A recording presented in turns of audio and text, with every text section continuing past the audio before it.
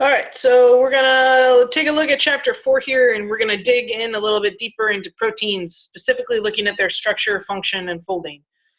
And the learning goals for this part are really to take a look at the structure and properties of the peptide bond, and then some of the structural hierarchy in proteins.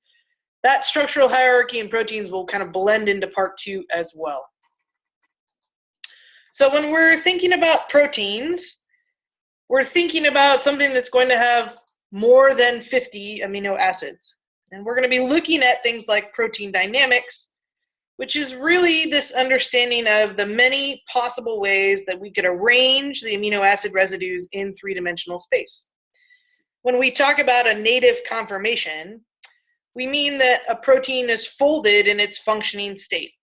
And we can determine that a couple of different ways, by X-ray crystallography, by NMR, but it's really this understanding of the conformation of a protein that helps us determine both what its function is and really be able to understand the way that those amino acids interact to create that structure. And so we know that proteins have specific biological function. We know that they're folded in such a way that their native structure allows them to accomplish that function. And we know that that native fold comes about because of favorable interactions between amino acids within the protein. And on the big picture, there's this cost associated with entropy in terms of folding this protein into one specific conformation. So if we were to sum that up in a general sense, we would say the shape a protein has is really dictated by the amino acids, which determine what it can interact with. So for example, if it were to interact with DNA, we would need a negative charge due to phosphate, so we'd need then a positively charged amino acid residue, something like lysine. When we think about the interactions for these proteins, we're going to go back to what we've talked about previously in terms of specific non-covalent interactions. So we're going to target the hydrophobic effect. We're going to look at hydrogen bonds again. We're going to look at van der Waals or London dispersion forces, and then electrostatic interactions, so salt bridges. Each of these play a key or critical role in the way that proteins interact with each other, but also in the way that amino acids within that protein will interact. And when we think about our 4 levels of protein structure, part of what we need to take into consideration is this fact that our proteins, right, have a primary structure, which is the sequence of amino acids, and then that primary structure becomes a secondary structure such as an alpha helix or a beta sheet or bends or a globular structure.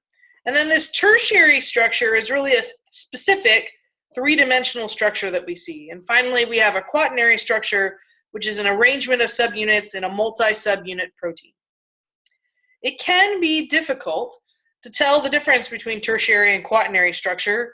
It's really a blending of the definitions.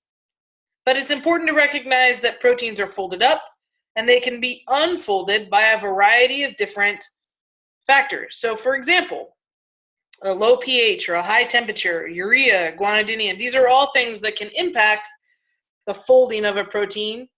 And so because part of the protein structure is determined based on its peptide bond, it's important that we have an understanding of what then that peptide bond contributes to the structure.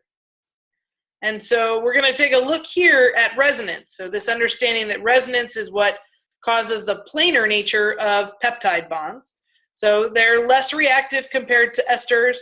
They can in fact be quite rigid and almost planar. And then they have this large dipole moment that favors a trans configuration.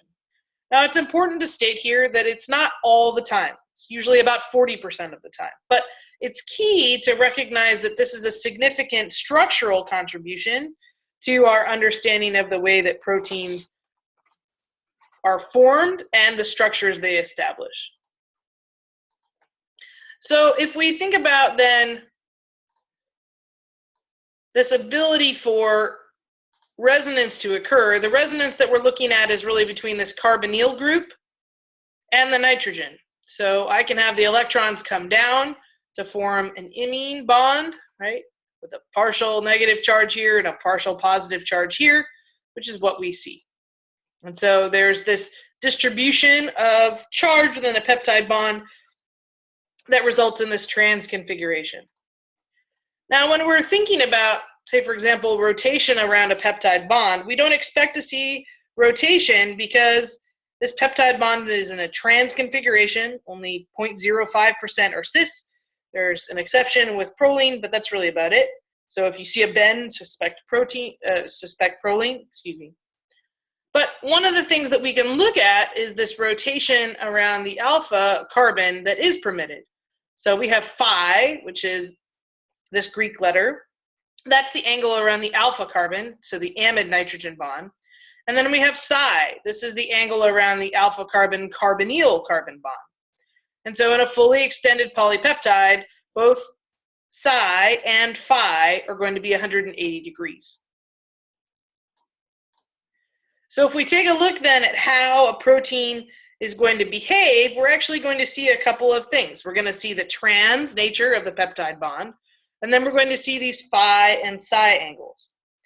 And so what's really powerful about this is an understanding that some phi and psi combinations are very unfavorable because of crowding.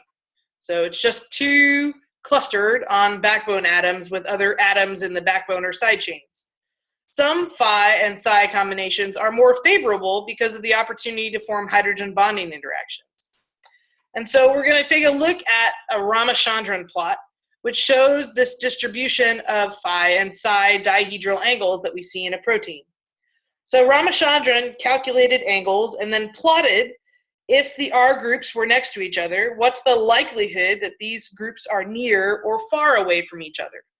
And that's pretty powerful in that it shows some common secondary structure elements, but it also reveals regions that have unusual behavior within the backbone. So if I think about phi and psi, then they're going to be 180 when fully extended, but they're going to be 0 when the carbonyl oxygen of the residue or the amide hydrogen of the residue hit the vector that bisects that NCC angle. So this is going to be disallowed due to a steric clash. So there's more than one atom in the same space, which is why it's not okay. So a Ramachandran plot then shows all possible combinations of phi and psi and really the energy of each. So here's an example of a Ramachandran. And if you take a look here, right, we see certain secondary structural characteristics, right? Areas where, depending upon the angle, certain types of motifs are more common. So left-handed alpha helix or right-handed alpha helix. And so there are certain secondary structural characteristics. So for example, an alpha helix with phi of -60 and psi of -45 to -50, there's going to be approximately 3.6 amino acids per turn. It's going to be 1.5 angstroms per residue and 5.4 angstroms per turn. So this peptide carbonyl oxygen is going to form a hydrogen bond with the peptide NH of roughly 4 residues towards the C terminus. So this is tight packing. There's no open space. So the R groups are going to point out if it's an alpha helix, and the hydrophobic are going to point towards the lipids. So it's a good way to think about a tree-like or branching structure where this H is bonding in all the backbone. As you can see here from a Ramachandran plot, one of the things that you're going to notice is that it's a population density, right? It's how likely you are to see those angles in that space. So we're going to leave off there, and we're going to come back and talk in greater detail about alpha helix and beta sheets next time.